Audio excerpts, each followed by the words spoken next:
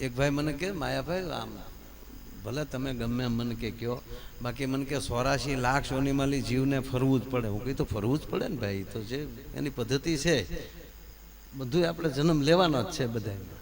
મને કે તો પછી માણસનો અવતાર મળ્યો મોજ કરી લેવાય. મેં કીધું ના, આમાં કમાણી કરી લેવાય. આમાં તમારે જેટલી કમાણી કરવી એટલી કરી લો, એટલે પછી જે યોનીમાં જાવ ત્યાં ટેસલા જ આવે. કૂતરો તો આપણે થવાના છે, પણ રિલાયન્સ નો થાય ને, એ કૂતરો જ છે. હે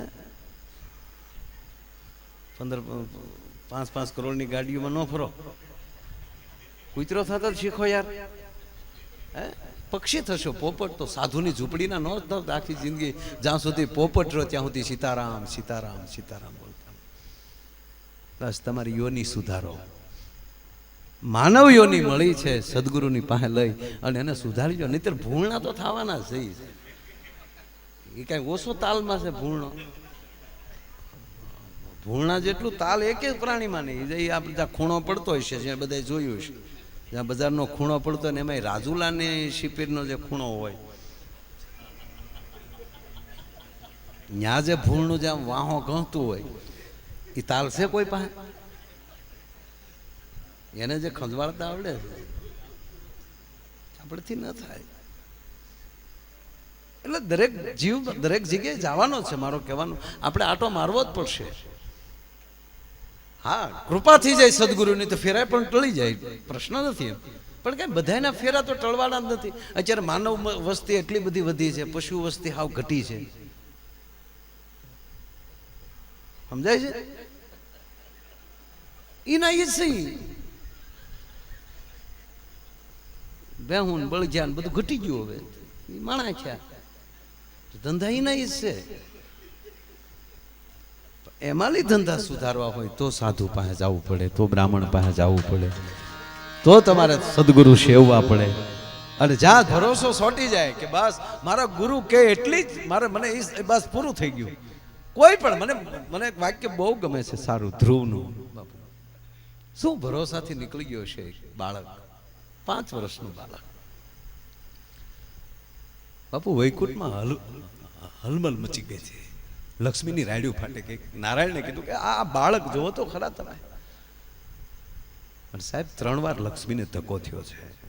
વિષ્ણુ તો પછી આવ્યા, પણ પહેલા તો 3 વાર ભક્તમાળમાં પહેલું વહેલું જો કોઈનું નામ લેવાતું હોય તો એ ધ્રુવ છે.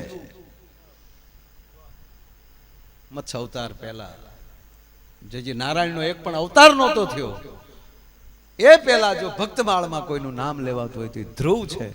એક નાનો એવો ચોટિયો ભરાઈ ગયો, વિષ્ણુને મળે તો નીકળી ગયો ઘરેથી. ભગવાન વિષ્ણુ નારદને મોકલે. નારદ જાઓ ને એને ફોહલાવીને છોકરાને ઘરે પરત કરી ગયો, પાછો મોકલી ગયો. નારદ આવે છે, બેટા પાછો ગયો છે કે ના, હું પાછો નહીં જાઉં. હું મારી માને વચન દઈને આવ્યો છું. આ વચન વિવેકી, મારા સદગુરુને વચન દેવાઈ ગયું છે કે હવે હું આ ન અડું, મારાથી આ ન થાય. મારે વચન દઈને આવ્યો છું કે હું ભગવાનને મળ્યા વગર નહીં આવું. કે પણ બેટા ત્યાં ન પહોંચી શકાય. કે તમે કોણ છો? કે હું નારદ છું. તમને કેમ ખબર કે ત્યાં ન પહોંચાય? કે હું રોજ એને મળું છું, ત્યાં જાઉં છું. તો તમે જાઓ તો હું કેમ ન જઈ શકું?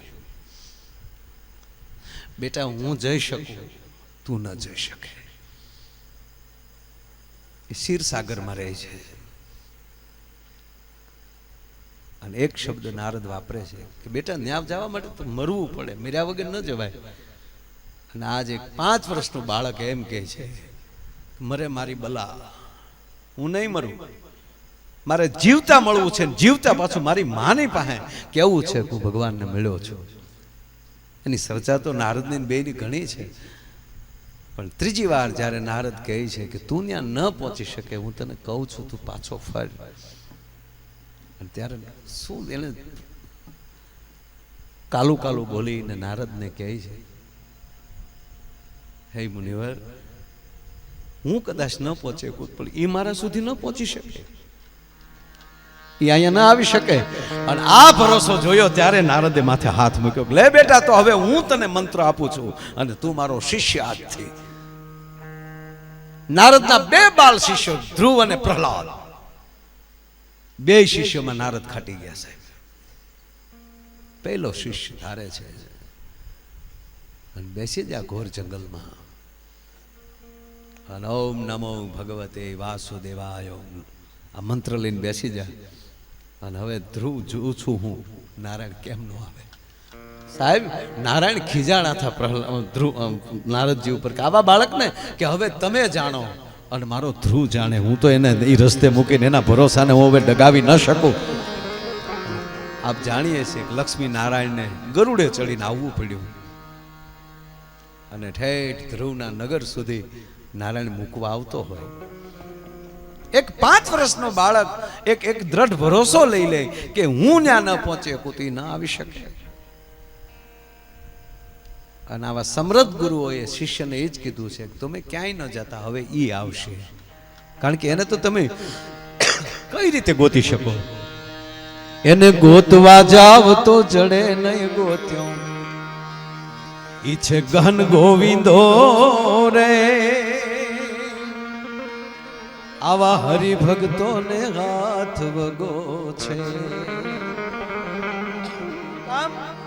ઈ છે પ્રેમ પર ખંદો રે.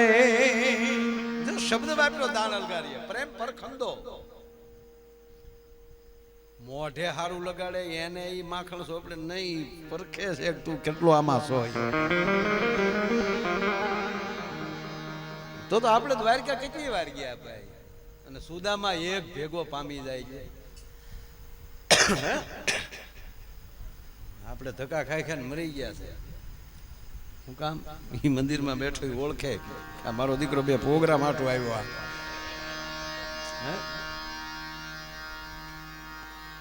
અને ઓલાને વાટે નહોતી, એને તો એ હતું કે ઓળખે તો સારું. જો એનું બંધારણ જો તમે સુદામાનું કે મને ઓળખે તો સારું. પણ સાહેબ જ્યાં દોટ દેતા કૃષ્ણને આવતો જોયો ને તેથી સુદામાને હૈયું ફાટ ફાટા થતો કે આહા વાહ વાહ કૃષ્ણ, વાહ પરમાત્મા.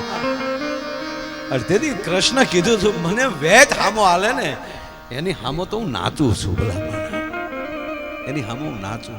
જેટલી તમને ભૂખ છે એટલી મને ભૂખ છે. ઘણી વાર દ્વારકા જાય ને એટલે પૂજારી ફોન કરે કેટલે પહોંચ્યા કેટલે પહોંચ્યા. અને એક પર પૂંજ બાપુને પૂછેલું, બાપુ પૂજારી ખબર જ છે જામનગર વીટ્યા તો એટલે હવે એટલી જ કલાક થાય તો એ શું કામ 10-10 મિનિટે પોકતા હશે. અને ત્યારે બાપુએ જવાબ આપ્યો છે કે આપણો કોઈ એવો મિત્ર અથવા તો આપણો કોઈ સ્નેહી અથવા તો આપણો દીકરો બહારથી ભણીને આવતો હોય અને જે ભાવનગર એરપોર્ટ ઉતર્યો હોય તો આપણે ખબર જ છે કે મવા પહોંચતા 1.5 કલાક થાય તોય આપણે એને 20-20 મિનિટે પહોંચી. ક્યાં પહોંચ્યો હતા કે ભંડારીયા, હવે ક્યાં પહોંચ્યો હતા કે ત્રાપજ, હવે ક્યાં પહોંચ્યો હતા કે તળાજા. હું કામ ક્યારે આવે, ક્યારે એને જોઈ લઈ. એમ બાપી મંદિરમાં બેઠો ને એને એમ હોય કે આવે છે કે આ દર્શને એ મૂર્તિ ન બોલીએ કે એટલે એ પૂજારીને પ્રેરણા કરે, પૂછતો કેટલે પહોંચ્યા કેટલે પહોંચ્યા કેટલે પહોંચ્યા. અજમલ રાજા એક જ વાર પૂનમે ગયા, પહેલી પૂનમે. એ તો દીકરા માટે ગયા છે. મને એ ખબર નથી કે એની કેટલી ભક્તિ હશે. અને પૂજારી એમ કે તારે જોવો છે જો દરિયામાં છે. એ તો કટાક્ષથી કીધું હતું એને કે આ મૂર્તિ સામે ઊભી છે ને નહીં ખબર હોય.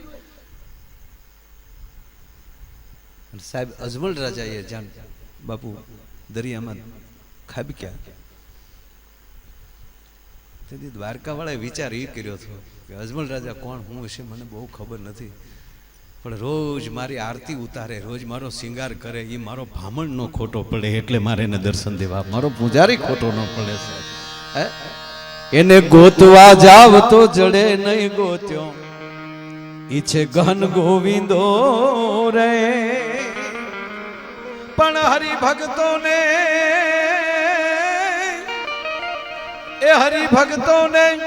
એ જે હાથ વગો છે ઈ છે પ્રેમ પર ખંદો રે.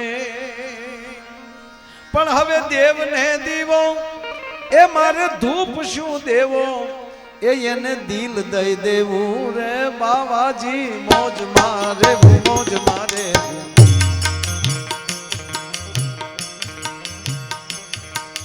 મોજ મારે રે જીઓ જીઓ મોજ મારે મોજ મારે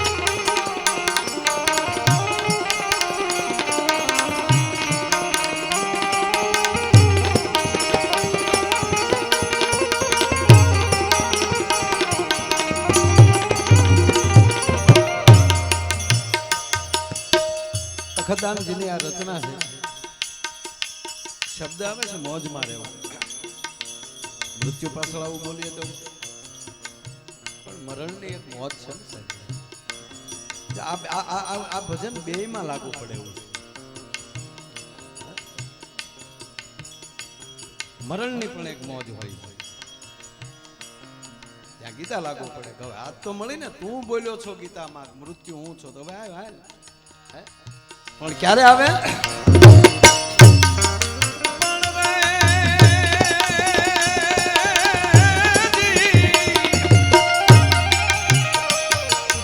કાસુરાને સાપડે અને કા કોઈ આવા હરિભક્તને હોય પણ કાસુરાને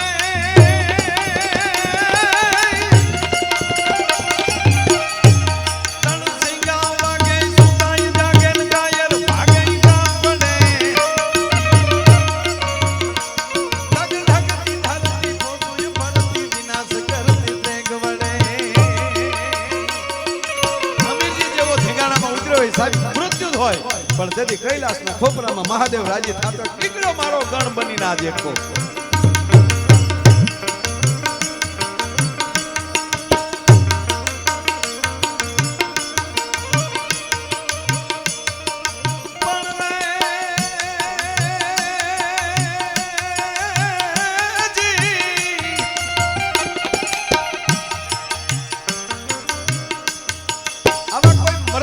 પરમાત્મા તેથી રાજી થતો હોય કે આજે આવે છે અને એક હરિભક્ત માટે વિવાદે વિષાદે પ્રમાદે પ્રવાસ જલે શનલે પર્વત છતુમ જયરણ ચરણ સદામાં પ્રપાઈ ગતિ સંપતિ સંતમે કા ભવાની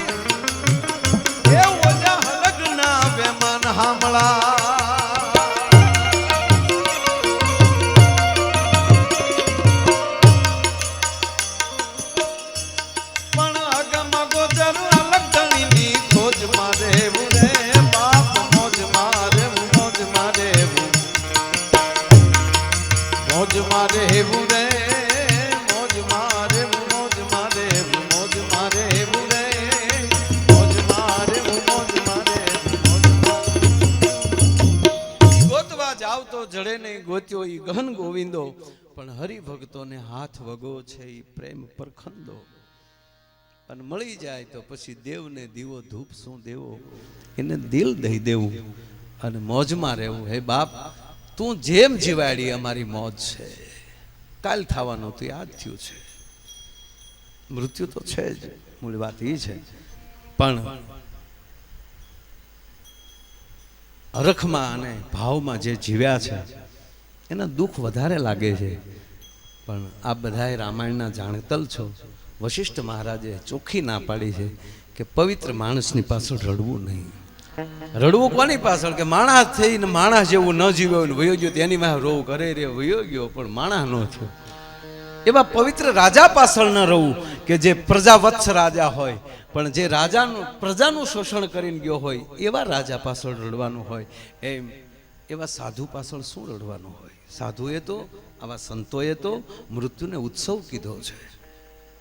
કે ઉત્સવ કેવો? કે ગરીબ ઘર હોય, વરહે વરહે માંડી એક જોડી કપડા નવા છોકરા ભાળતા હોય, અને એમાંય બરોબર હાચમ આઠમના તહેવાર આવ્યા હોય, અને બાપ શહેરમાં ગયો હોય, નાની એવી દીકરી હોય ફળિયામાં રમતી હોય, એને કીધું હોય કે બટા તારે હાટું હું નવા કપડાં લેતો આવી, અને એ દીકરી એક જ બસમાં એમ કહેવાય ગામને જાપે બસ આવતી હોય ને બસ સ્ટેન્ડ એના બાપની રાહ જોઈને ઊભી હોય, અને જેવો એનો બાપ ઉતરે અને હારવાર આંગળી પકડતી પકડતી ધોળી હાલી આવે, અને જેવો બાપ ઓહરીમાં બેહે સીધો એનો જે કાંઈ પોટકૂક થેલો હોય ખોલે, અને જેવું એનું ફરાક એ દીકરીનું હાથમાં આવે અને હરખ ઘેલી થઈને ફરાક જેમ પહેરે ને જેટલો આનંદ થાય ને એમ આત્મા નવું શરીર પહેરતી વખતે એટલો આનંદમાં થતો હોય કે આ નવો મને દેહ મળ્યો છે. એ તો વસ્ત્ર ફેરવે છે. એમ પૂજ્ય બાપુ ઘણીવાર કહે છે કોઈ એવું નાનું મરણ હોય તો એનું શરીર ઉંમરમાં નાનું હશે પણ એનો આત્મા પાકી ગયો હશે અને આપણી વચ્ચેથી નીકળી ગયો હોય. તો બસ આવા સાધુ પાછળ બીજું મારે શું બોલવાનું હોય, પણ એના આત્માને કોટી કોટી મારા વંદન. અને એ તો આપણું શરીર તો અહીંયા સમાધિમાં મૂકીને ગયો છે માણસ, બસ એની પૂજા કરીએ. ક્યારેક ક્યારેક એના સમાધિના ધૂપ થાય એ આપણા માટે એનું ભજન છે. બસ એ ભજન જેટલું આપણે એનું સ્મરણ કરીએ એનું ભજન છે. અને એણે જે કાંઈ ભજન કર્યું છે એ આપણી નજર સામે છે. તો વધારે કાંઈ ન કહેતા આવા સંતને શ્રદ્ધાંજલિ શું દેવાની હોય સાહેબ? શ્રદ્ધાંજલિ તો આપણી જેવા પામર જ્યાં પાંચે પાંચ ભૂતને આપણે પૂરું કરી નાખતા હોય છે, એ તો પંચભૂતનું ખોળિયું ધરતીમાં બેઠું છે. એ સમાધિને વંદન કરી મારા શબ્દને વિરામ આપું છું. અસ્તુ. જય શ્રી રામ.